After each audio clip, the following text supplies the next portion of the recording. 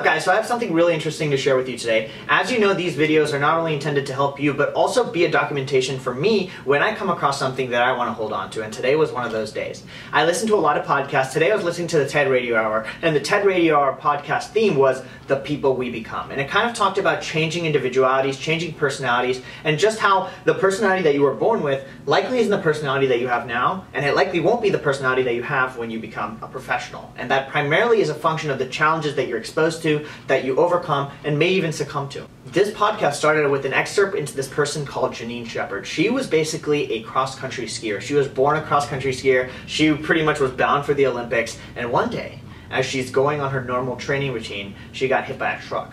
And it was just so bad that her blood pressure while she was going to the hospital, maybe when she was in the hospital, was actually 40/0. Normal blood pressure is 120/80. 40/0 is not sustainable. They didn't think she would make it out alive, but she did. But she was paralyzed. They didn't think she would walk again. And more important than that, she just lost all of her skiing abilities, right? And so think about it this way. You're a skier. Skiing is such a big part of your personality, and you lose it. Right away, you lose it because of something that was not even in your control. And this is what was so crazy to me, because we all have things that we think are in our control. I wake up every day and I walk, and these are all things that I think are in my control. But the problem is, they could be taken away from us at any moment. And this is what happened to Janine. And yet, Janine came out of this. And she decided that because she could not ski anymore, she would fly. Because, you know, flying in airplanes doesn't necessarily require legs. And yet, she not only became a pilot, she became an astounding pilot. She rose through the ranks. She actually was like one of the first female leaders of this really famous pilot organization. Forgive me, I'm forgetting the name.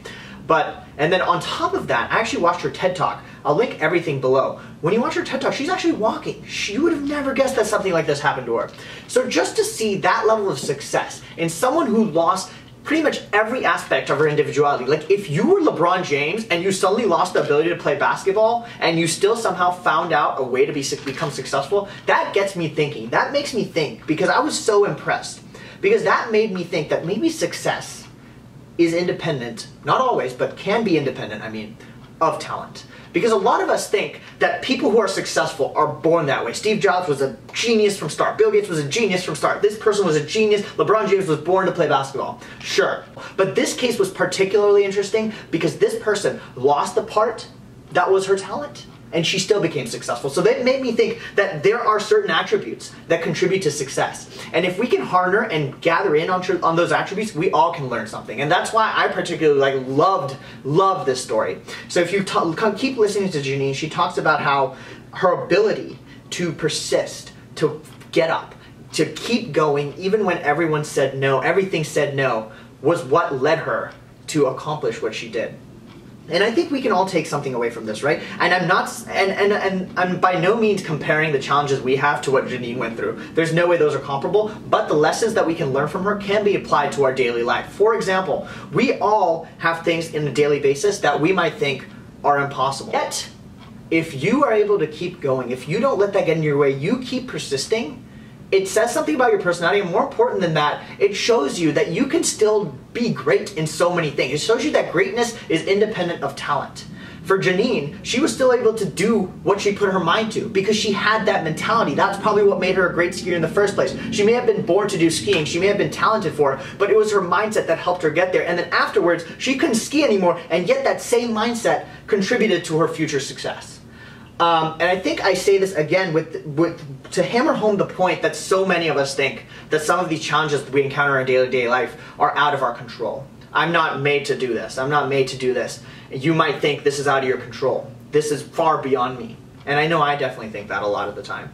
But there's one thing that I think we can all learn from this is that that's not true. At the end of the day, it all comes down to our personality. If we have a personality that's a fighting personality, if we have a personality that literally does not take no for an answer, if we have a personality that makes the most of whatever situation is presented to us, maybe that is pretty big.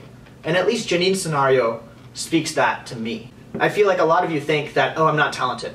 I'm not going to get into med school. I'm not talented. I'm not going to be able to do this. Don't let yourself hold back, okay? If anything, use Janine's example to show, even if you lost the most important part of your individuality, if you lost something like she did, this part that defined you, and she still became successful, that says a lot about those underlying attributes that hold you and make you who you are.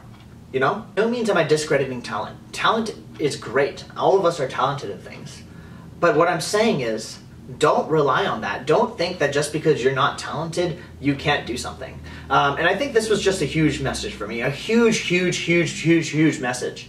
Because I think the general tendency for a lot of people is to believe that we can't do something because we're not talented enough for it. But if you have these underlying characteristics, it kind of goes to show that maybe success can be independent of talent. Maybe that's what separates greatness from mediocreness. When I started Berkeley, I kind of felt like I was stripped of this part that it was so me. When I was in high school, I was able to excel and flourish because I had the support, and all of a sudden, all of that was stripped away from me. My friends, my family, I wasn't close to my family anymore. Those teachers that supported me, all that was gone, and here I was. All these people that made up that individuality that I thought was me were gone. And we're presented with situations like that every day, and ultimately, at the end of the day, if we succumb to that, if we succumb to like, oh, I lost it, then you're kind of making yourself more susceptible to failure.